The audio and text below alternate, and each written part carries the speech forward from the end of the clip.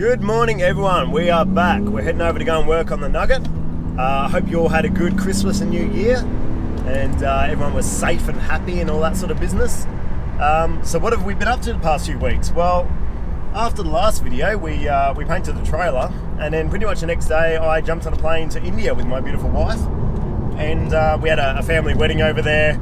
But I took some footage for you guys because holy crap, that place is insane. The roads, I have no idea how there's no crashes. Well, there is, but nowhere near as much as Australia, and everything is like the intersection, you go into it and anybody has right of way. Just whoever's there first, whoever's got the loudest horn, it is insanity. So I took a bit of footage for you guys and a bit of the partying and stuff like that because I don't know, I find it interesting. I think it's pretty cool seeing different cultures. So we'll just play that now. This is why I haven't been doing many videos lately. We're over in India and check out this insanity.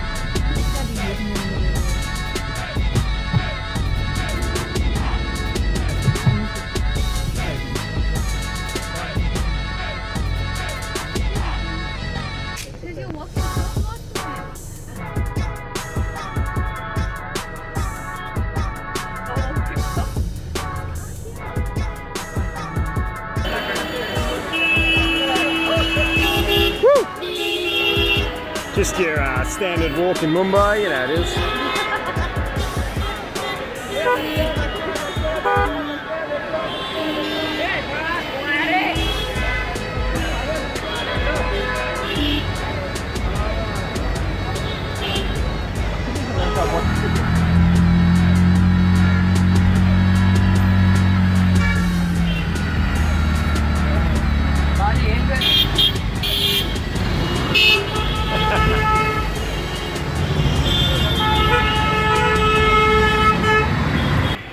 Check out the inside of this cab. What do you reckon, new interior for the Nugget? Yeah. Oh, and the chaos continues. Oh my god. Like right at the middle of the intersection.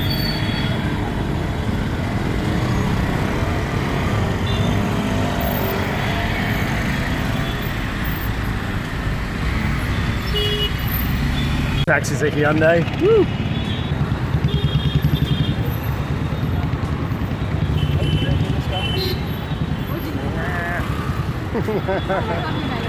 Guys, I found where I'm going to get my roll cage made. Check this out. A1 Fabricator. Oh, hey old mate. Yeah, just getting changed. That's cool. Check old dude down here just whacking a piece of metal with a stick. And then old mate just squinting and leaning while welding. That's good times. Here we go. These guys are actually building some sort of roll cage now. Sick. They'll get the old squint and lean on with the welder just now. Pretty rad.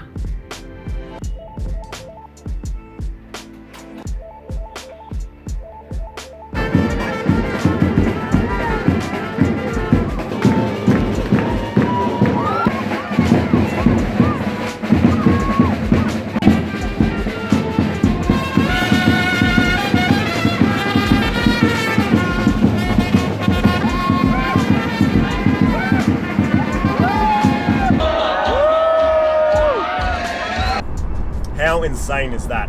Man, I really want a rickshaw. Rickshaws are cool. I actually have looked at importing one, and after much work, I brought one back with me. Man, no, seriously, I would love to bring a rickshaw back and stick like a CBR 600 engine in it or something. What a project. That'd be a cool Nugget project.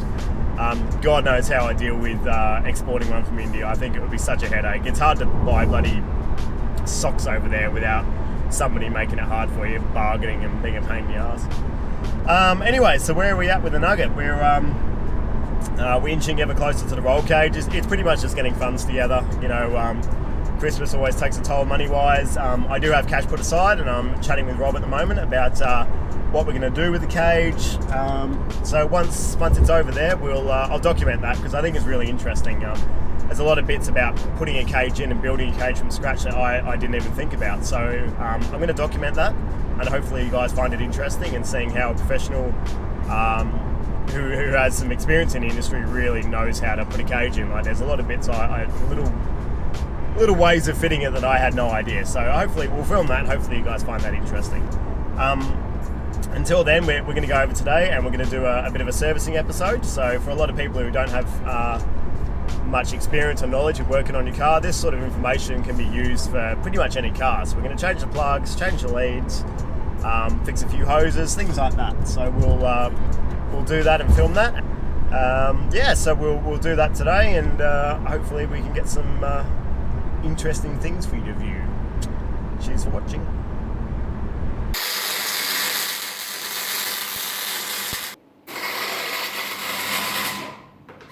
So I remember when I painted the car and I said I really don't want to do that again. Look what we're doing. Painting the trailer. That's okay though, because we get a brand spanking new trailer. It's going to be the same colour as a Nugget. Super excited. So we've masked everything off, given it all a big clean, and got the ramps ready to go. Now I'm just going to do a primer over the whole lot, and then we'll get into painting it blue again. Blue up, more Nugget blue. It's already blue. Here we go. I'll try and do a time lapse.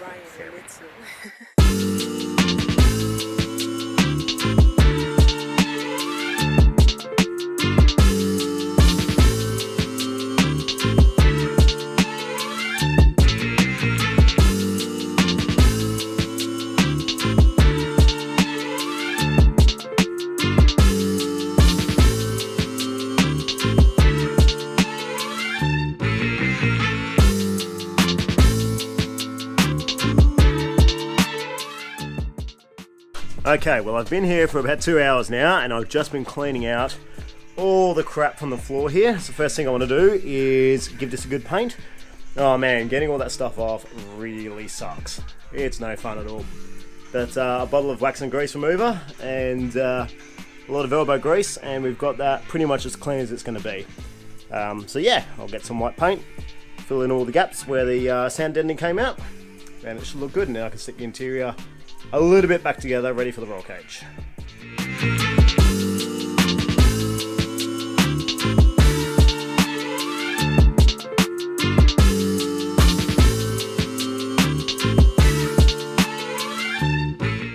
Okay, as usual, not the greatest paint job in the world, but I reckon that interior looks way nicer. Cleaned it up as much as I could, scrubbed all the sand deadening off, and then did a rattle can job, about 3 cans of paint. I've got some runs down here, which is a bit shit, but you know, I'm not a spray painter. I think I've proven that. But yeah, it looks so much nicer being all cleaned up. And what I'll do is, with all the other bits like the handbrake and all that, I'll scrubble that down, repaint that with a nice coat of black. But yeah, it looks really cool. I don't understand why you wouldn't do a little job like this. Doesn't cost that much, and it makes everything much more presentable and much nicer. Just because we've got a cheap race car doesn't mean it has to look like crap. So I'm pretty stoked with that.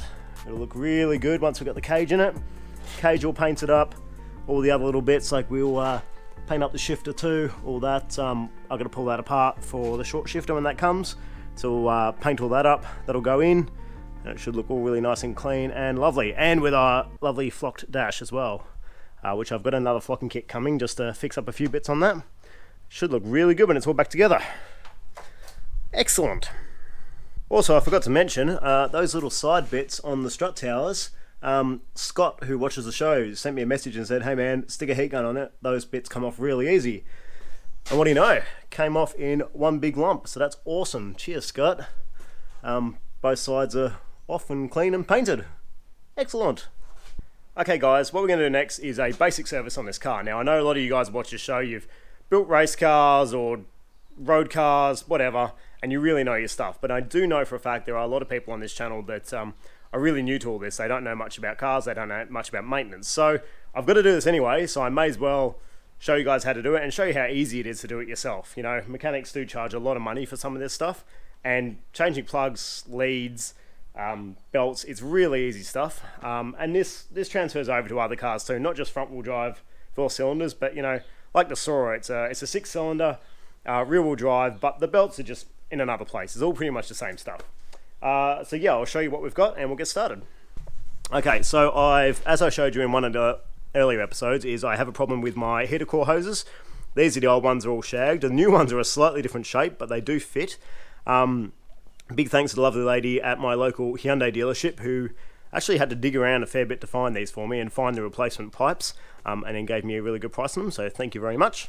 All these guys, these are from our mate Matt at Get Parts. So he got us a new alternator belt, new power steering belt, and a new set of leads, which he gets made for these cars, which was really cool.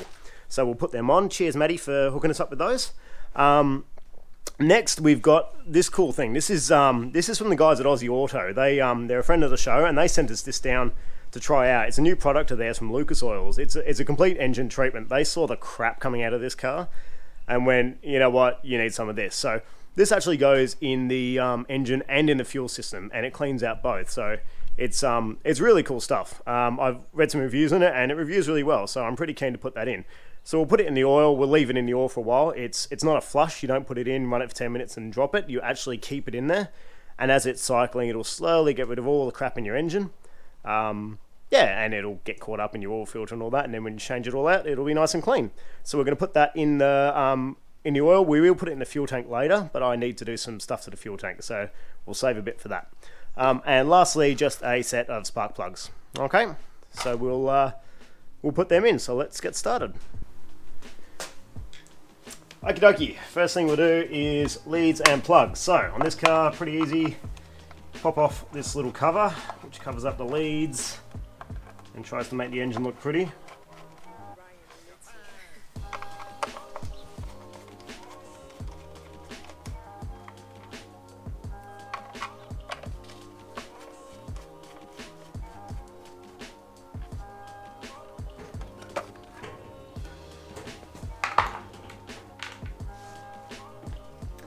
Cool, now these are our plug leads. Most of the time they actually number them, if you can see down here, number 1, number 4, 3, 2. Obviously 1, 2, 3, 4 on this engine, pretty bloody easy. And they've got the little holders where they all sit. Now these leads don't actually look that bad, and their NGKs are pretty good, but I have no idea how old they are. They could have been heat cycled a million times and getting a bit crappy, so we may as well put some new ones in, since Matty was generous enough to give us some. So there we go. Now you need to remember which order they connect up here. So it's not in order of 1, 2, 3, 4. You have a look here. 1, 4, 3, 2. So the easiest way I find, if you're not too sure, leave them connected, and as you switch them out one at a time, and then you won't get confused as to where they go. The next thing we need is our socket for our spark plugs. So our spark plugs are in there. Now most socket kits come with spark plug sockets. You know the spark plug sockets, because if you have a look in there, it's got the little rubber grip, and what that does is it actually grabs onto the spark plug, so once you undo it, you pull it out, and the spark plug holds on in there, and it comes out with the socket. Otherwise you're going to try and fish around in there with a grabber. Most of the time it's the smaller size, which is the 5/8, and we can find out the easy way by getting one of our new ones and seeing if they fit.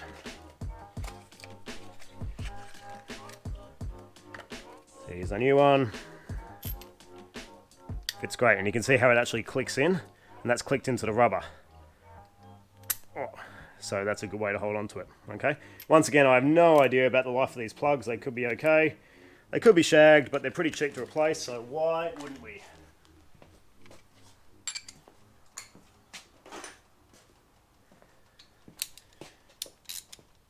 There we go. So we'll take number 1 out, pop him on. Give him a bit of a crank, and he comes off. Now, a bit of a disclaimer while I'm doing this.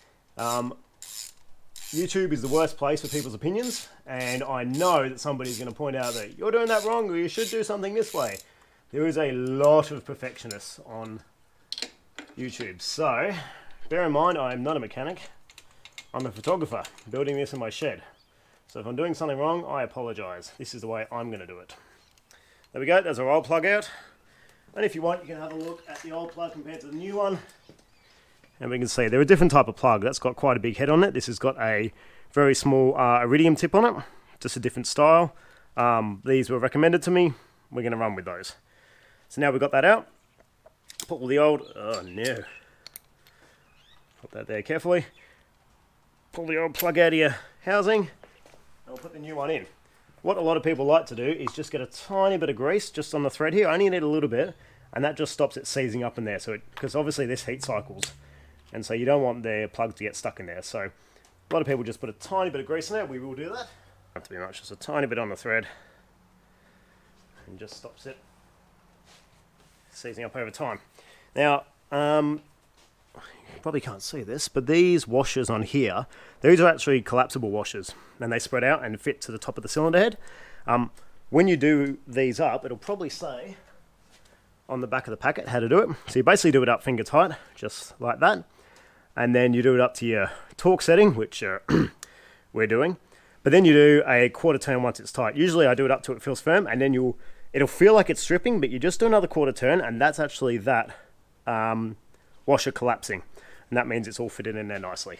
Once you've done a few of these, you get the feel of it. If you don't feel comfortable, get your torque wrench out and do it properly. Unlike me, but I have changed quite a few spark plugs in my time, so I feel fairly comfortable doing this. There you go, finger tight. And that. You feel it go tight. That's tight now. And that was the washer collapsing. And that is good. Now you got to try and get your socket out. Because it'll be stuck on your spark plug. Just give it a wiggle, it'll come out. And that's it. That's how you do spark plugs. So now we just do the other three. Obviously on a 6-cylinder, you've got 6. On an 8, you've got 4 each side on a V8. So it's pretty much the same thing. Just go through and take them all out. We'll time lapse this next bit because you don't need to watch every single change.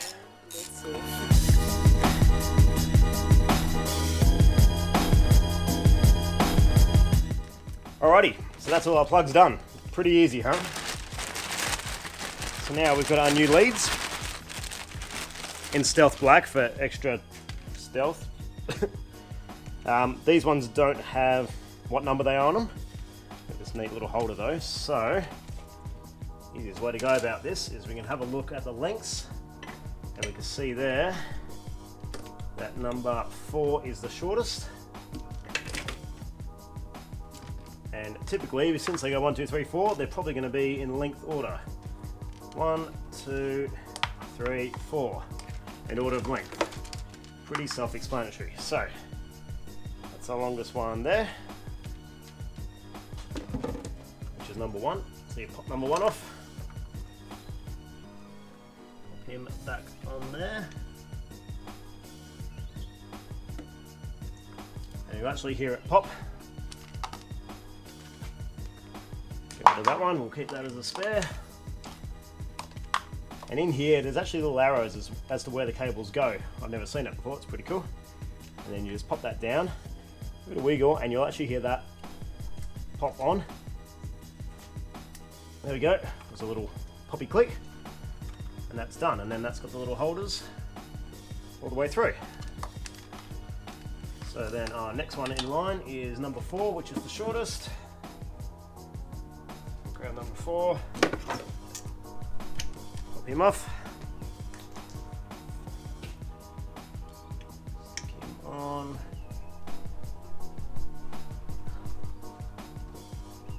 like so.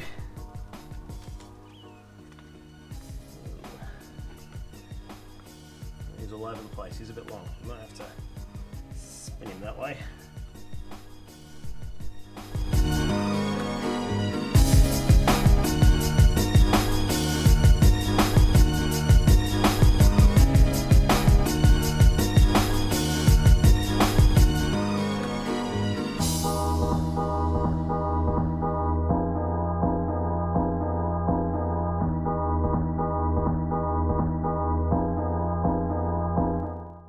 Alrighty, and if you're not too sure about all this, most cars, have a look down here, there is C number 2, 3, 4, 1, so you can check them. That lead is number 1, goes to number 1, that is number 4, goes to number 4, number 3 goes to number 3, number 2 up to number 2. Done. That is how you do leads. Pretty bloody easy. Just check they're all pushed on there properly. See if you don't have a proper connection, it's not going to work. Push all them on. Done. Now we just put our little cover back on the top. Our 3 screws, and that is plugs and leads. Something that somebody will probably charge you a lot of money for, and it's super easy to do. Alrighty gang, next thing we're going to do is belts. So here we've got the 2 belts we need to change. This is our power steering belt, and down in there is our alternator belt. So we need to take the alternator belt off to get to the power steering belt. That's pretty normal for multiple belts to come off at one time. To take this off, this is our adjuster down here. It's pretty hard to see, but basically all it is a bolt that tensions the belt. So we've got the securing bolt here, so if we loosen that one off, we can then wind this bolt in, see how it's threaded, and that'll actually tilt the alternator in, which then, because the alternator actually pivots down to tension the belt. So once we pull that in, we can get that belt off, which then gives us access to this guy. Now this guy's a bit different. This doesn't really have a proper tension on it. From what I can tell, all it is this little bolt in here, little 10mm. So just get a spanner in that, loosen that off, and you see how it's got the slot there? Basically this just pivots on the slot, and I'm pretty sure you just tension it by putting a screwdriver in and doing the bolt up. It's not a very tight belt, it's actually a toothed belt, as you can see here. They tend to get quite a lot of grip, so I don't think it needs a lot of tension on it. Thus, it doesn't have a proper tensioner. So we'll get a spanner in there. It's a bit of jiggery pokery, but definitely much easier than a lot of cars I've worked on. Let's have a crack.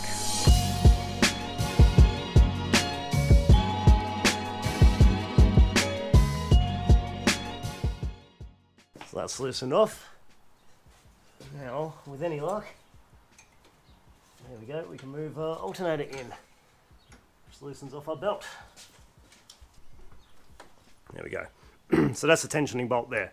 So that attaches to the frame, that attaches to the alternator, and as you do it, up or down, it pulls the alternator tighter or looser to tension the belt.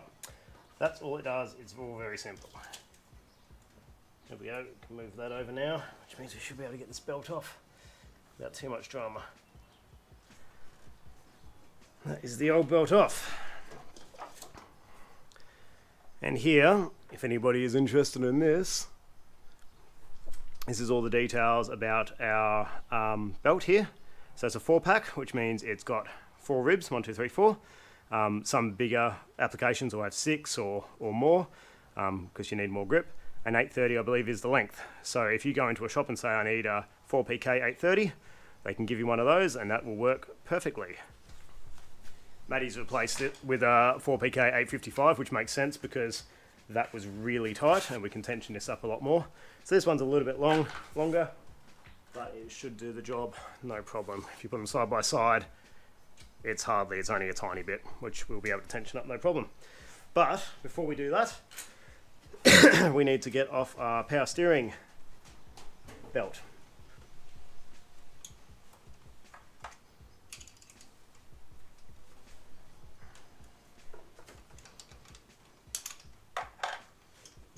There we go. It's now loosened off. Just get it even looser. Very gunged up. I don't think this has been replaced in a very long time.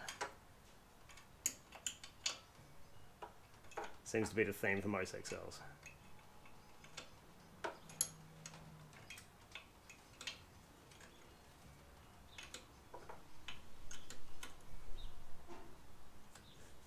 Okay, that's now loose. I've got to stop pushing the car around. And then we've just got our 12mm over this side. And that's the same as the alternator. This one just holds it all together. Try not to break our dipstick.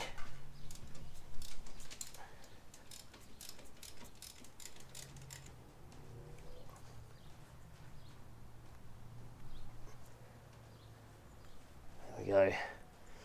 I think I've loosened that off enough now to get this belt off. Oh, so close.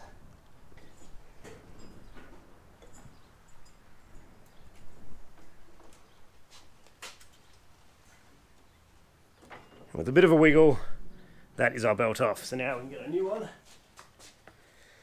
Once again, this will have the sizing on it. A bit different because it's a tooth belt. I really have no idea what all that means. There we go, 13A 660, 13A 675. So once again, it's a tiny bit longer, but that would make sense because that was a bitch to get off.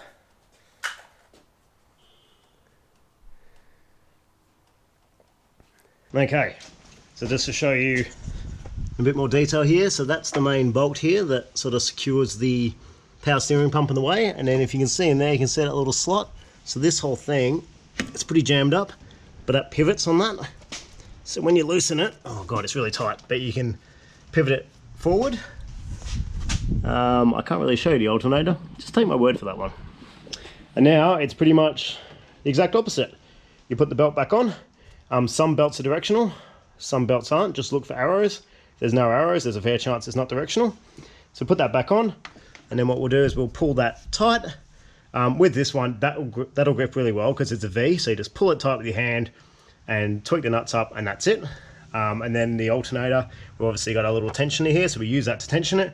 And you want it to feel pretty tensioned. It will stretch a tiny bit when you first put it in, but you don't want it to be enough direct bearings, okay?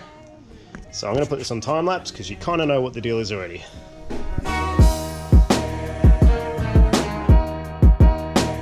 And there we go. So basically with this one, I tension that up just by pulling back on this and doing up that nut in there, and then that's got that tensioned, and that feels fine. That's actually more tension than it had. The one in there, because the, well, interesting tidbit, because the belt was longer, you can see the blocks all the way down there, here now. The old one was shorter, so it was all the way up here, but there's still a heap of play on that. So you can have a longer belt or a shorter belt. That was the one that was recommended to Maddie for this car, and that fits fine. So that's all tension, and you want just a little bit of spring, but not too much. If it squeaks when you start it up, it'll probably squeak for the first second anyway, but after that, if it's squeaking, it's too loose. And you just want some play in there. As I said, if it's too tight, you'll wreck your alternator or wreck your bearings. And that's good. So that is pretty much both the belts replaced. Once again, a very easy thing to do. All I needed for that, like you could do that with a open-ended 12 and a closed-end 12. Actually, you could do the whole thing with open-ended 12 if you're brave. But yes, basically just one spanner, and that was all those belts. Very easy to do yourself. I don't know how much a mechanic could charge you these days. I imagine probably a couple hundred to do something like that. So there you go, you can go spend that on beer now. Happy days. So next thing we've got to do is replace our hoses. Now this isn't exactly a normal hose replacement. Something like heater matrices. Heater matrices? No. Heater cores. Something you very rarely would replace. Like, this is a once in a lifetime kind of job replacing this stuff. On the other hand, these, the top and bottom heater hoses, see the other ones down there, that is a pretty common thing to replace. Being that close to the exhaust manifold, it's something that heat cycles a lot. They end up cracking, leaking, doing all sorts of things. But once again, I won't do it obviously because these are brand new, but it's so easy to replace. All you gotta do is drain the water out the bottom of your radiator. You could even just pull the bottom hose off yourself. And then you just undo the clamp each end, get the right hose, pop it back on, clamp it up. Remember not to clamp too tight in this end on these cars. This is a plastic top tank. You can split those. Once you've done that, pop your cap off and refill it full of water and let it bleed. Okay, so I didn't film it, but our pipes, our heater pipes are done. We've got the new ones on there. The ends were pretty gnarled, so I chopped them off with a, what do you call it, oscillating cutter thingy. And then I ran a hose into it and just blew all the shit out of it both ways and cleaned all that, and there was a lot of crap in there too, so it's really good. And we've got brand new hoses on there and new clamps, so they are clamped up good. Last thing we're going to do is put in our engine oil treatment. So this runs with the engine. If you read on the back, basically you run it, you can run it every oil change or in between oil changes. It's not a flush, so you just put it in there and it'll so clean everything up. It's all in American, so it says like, 1 quart of oil and 1 ounce, and I don't know what any of that means, but I googled it. Basically I need about 110-ish mil of this, so it's about a quarter of this bottle for how much oil's in this car. So we'll pop that in, and then we can put it in the fuel too once I've cleaned up the fuel tank, but we'll put that in now. And a big thanks to the guys at Aussie Auto for supplying this product. It's supposed to be ripper, and hopefully it'll clean this Nugget up and keep this engine going for a little bit longer.